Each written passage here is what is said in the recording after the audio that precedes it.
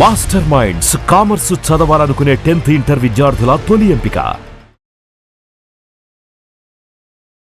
నమస్తే అండి. నమస్తే అండి.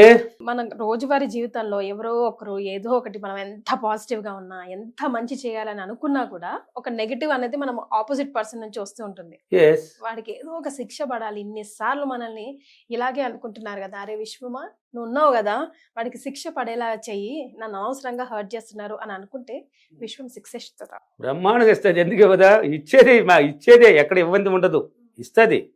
కానీ బాగా అనాలి. ఇక్కడ మంచి క్వశ్చన్ అడిగారు. అతను ఏమన్నాడు? నీ గురించి తప్పుగా మాట్లాడుతున్నాడు, తప్పుగానే ప్రవర్తిస్తున్నాడు, ప్రతి మాట నీకు బాధకరంగా ఉండేటట్టే జరుగుతున్నాయి. వాడెవడు? నెగిటివ్ పర్సన్, అంటే పనికిరానివాడు అని అర్థం. మీరెవరండి? Positive person. మంచి వ్యక్తి కదా, మేధావులు కదా, గొప్పవాళ్ళు కదా, తెలివైన వాళ్ళు కదా, ధనవంతులు కదా. వాడు నువ్వు సమానమా? కాదు. ఈ వేళ్ళు అన్ని సమానంగా ఉన్నాయా? లేవు. ఈ రెండు సమానంగా ఉన్నాయా? వాడు ఇది. నువ్వు ఎవరు చూడు, పొడుగోడు కదా నువ్వా, అన్నిట్లో గొప్పోడయ్యా. వాడేది అన్నాడని దాన్ని పట్టుకుని పీకిలాడితే నీకేం వస్తుంది? అంటే వాడికి శిక్ష చేయాలి. విశ్వమా వాడు నన్ను అన్నాడు, వాడికి ఏదైనా వేసేద్దాం. ఇలా పట్టుకుంటూ ఉంటే నువ్వు ఎదిగేది ఎప్పుడు? నువ్వు నెక్స్ట్ స్టెప్ పోయేది ఎప్పుడు? వేరే మార్గాల్లో నడిచేది ఎప్పుడు? వాడికి అవకాశం ఇచ్చేదాకా వాడి మీద దృష్టి పెడితే నీ ఎదుగుదల ఇక్కడే స్టాప్ అయిపోతుంది. అంటే వేరే దాంట్లో సక్సెస్ కాలేవని చెప్తున్నాను, వేరే స్టెప్ వేయలేవు అని చెప్తున్నాను. నువ్వు ఒకటి కావాలంటే ఒకటి వదులుకోవాల్సిందని ఎన్నో వీడియోలో చెప్తూనే ఉన్నాను. ప్రతి వీడియో కూడా రిలీజ్ చేస్తాను, ఎందుకంటే దానికి పవర్ ఉంది.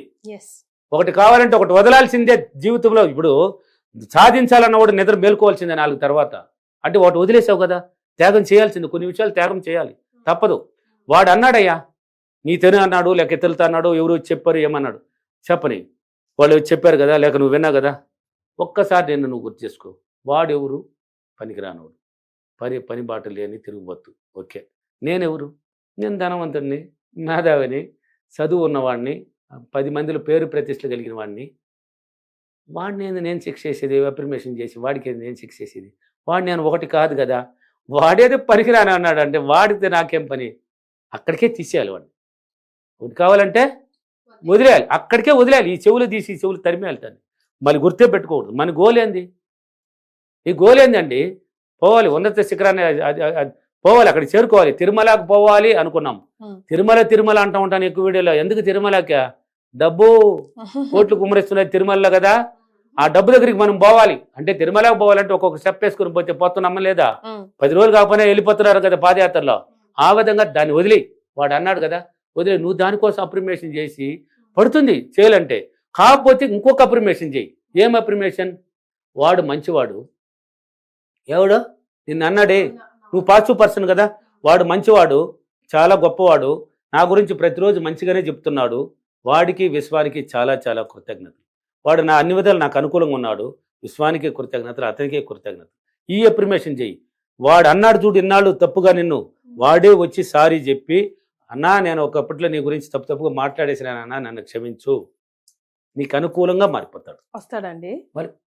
అందుకే తిరిగే లేదంటే ఇట్లా మాత్రం శత్రువును కూడా మిత్రుడిగా చేసే శక్తి కలిగిన ఈ సబ్జెక్ట్ అండి ఇది. ఇప్పుడు ఎగ్జాంపుల్, ఇంకొక ఎగ్జాంపుల్. నీకు ఇంకొక ఆమెకి, ఇద్దరికి మంచి పగ, పక్కంటి ఆమె లేక ఫ్రెండో ఎవరో బాగా క్లోజ్గా ఉండి విడిపోయినారు, లేక మంచి పవర్ఫుల్ పగ అయిపోయినారు. అంటే చూస్తే నరుక్కుందాం అనే రేంజ్లో ఉన్నారు, ఆ రేంజ్లోకి వెళ్ళిపోయినారు.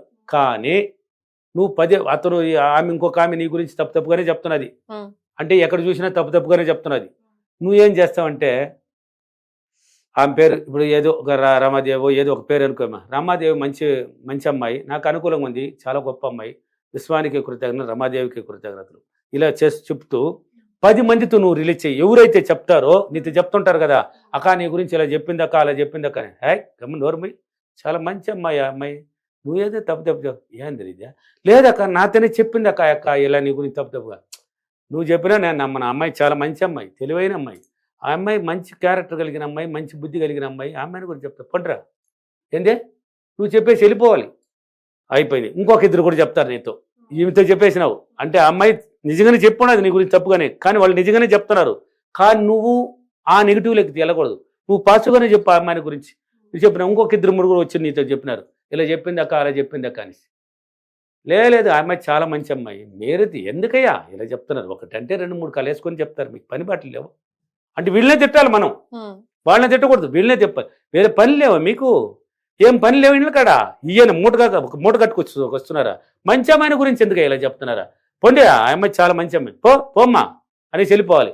ఈ వీళ్ళే కూడా పోయి చెప్తారు ఎక్కడ, లేక వేరే వాళ్ళు ఎన్న వాళ్ళు అయినా చెప్తారు ఆ అమ్మాయితో. ఏందిరమ్మా నువ్వేరంటే ఇలా చెప్తున్నావు అక్కడ గురించి? ఆ అక్క నీ మీద గొప్పగా అభిప్రాయాలు పెట్టుకునింది, వాళ్ళని కూడా తిట్టి పంపించింది మొన్న. మంచి అమ్మాయి రమ్మాదేవి, ఆ అమ్మాయిని గురించి. అవునా అంటే వాళ్ళిద్దరు నలుగురు పక్కన వాళ్ళు విన్న వాళ్ళు మళ్ళీ చెప్తుంటారు, అదే అక్కడి గురించి నేను ఎదగొన్నానే. అంటే నేను ఎదగొన్నానే, అక్క మంచిది ఉంది. ఎంత చెప్పిన వాళ్ళతోనే వాళ్ళే పోయి చెప్తూ కూడా నమ్మలేదు అక్క నా గురించి. అంటే నేను ఎంత ఎదగొన్నాను చూడు. ఆటోమేటిక్ మారుతుంది అండి ఆ థాట్స్. నువ్వు చెప్పావు కదా, అది ఆ ఇన్నర్ మైండ్ తాకేస్తుంది. ఎలాగైనా వాళ్ళు పోయి చెప్తారు కదా, తాకేస్తుంది.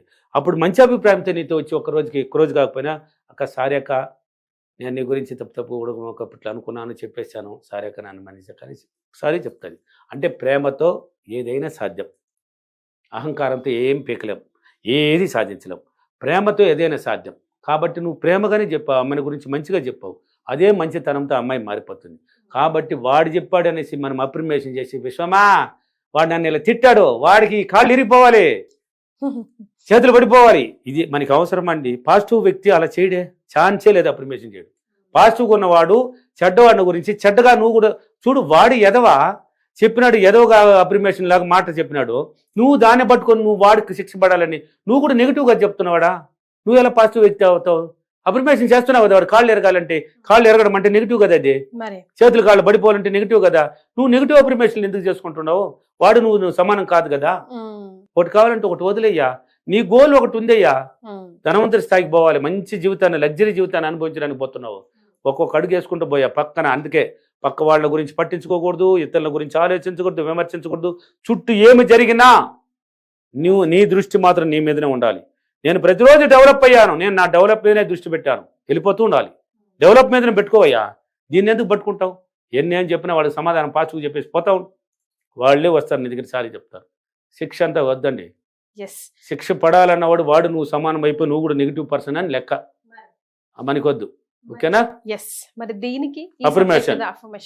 నేను ప్రతిరోజు నా గురించి నెగిటివ్గా చెప్పిన వాళ్ళకి నేను పాజిటివ్గా అఫర్మేషన్ చేసి వాళ్ళని కూడా మిత్రులుగా తయారు చేసినందుకు విశ్వానికి చాలా చాలా కృతజ్ఞతలు. థ్యాంక్ యూ అనివారు. Thank you Mani. Thank you.